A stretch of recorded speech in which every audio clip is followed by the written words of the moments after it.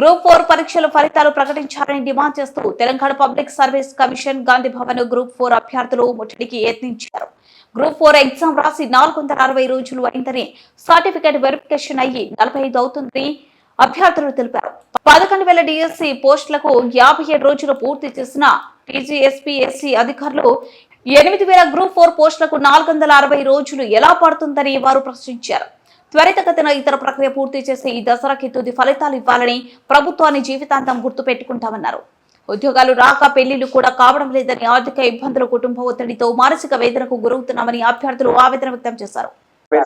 నేను గ్రూప్ 4 అభ్యర్థిని. 2022లో group 4 notification release అయింది. 2023 జూలై 1 తారీఖు గ్రూప్ 4 ఎగ్జామ్ జరిగింది.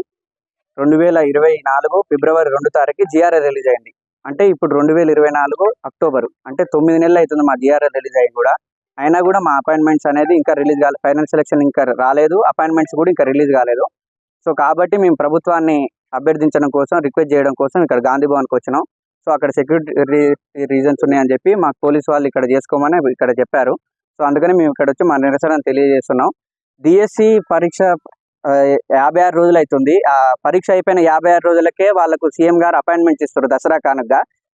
గ్రూప్ 4 రిజల్ట్ అనేది రిలీజ్ అయ్యి కూడా ఫిబ్రవరిలో అయింది. 9 నెలలు అవుతుంది. దగ్గర 460 రోజులు అవుతుంది ఎగ్జామ్ అయిపోయి కూడా.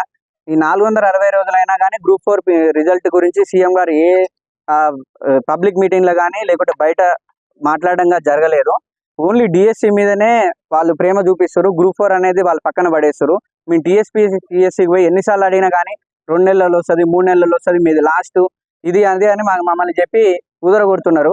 కాబట్టి మేము గ్రూప్ 4 ఫలితాలను వెంటనే దసరా రూపు మా ఫైనల్ సెలక్షన్ లిస్ట్ ఇచ్చి మమ్మల్ని అపాయింట్మెంట్స్ ఇచ్చి మమ్మల్ని ఉద్యోగాలలో చేర్చుకోవాలని మేము కోరుతున్నాము. సో అందుకని పెద్ద ఎత్తున ఈరోజు 300 మంది దాకా గ్రూప్ 4 అభ్యర్థులు వచ్చినాం. సో కాబట్టి మా ఫలితాలను వెంటనే రిలీజ్ చేసి ఫైనల్ సెలక్షన్ లిస్ట్ ఇచ్చి గ్రూప్ 4 అపాయింట్మెంట్స్ దసరా